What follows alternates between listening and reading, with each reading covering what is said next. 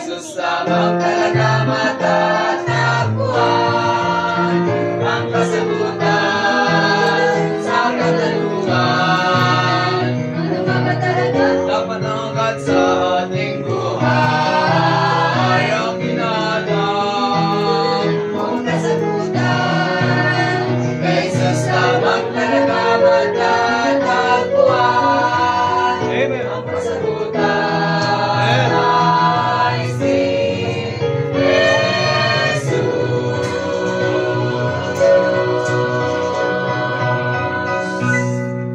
Amen. Praise the Lord. Amen.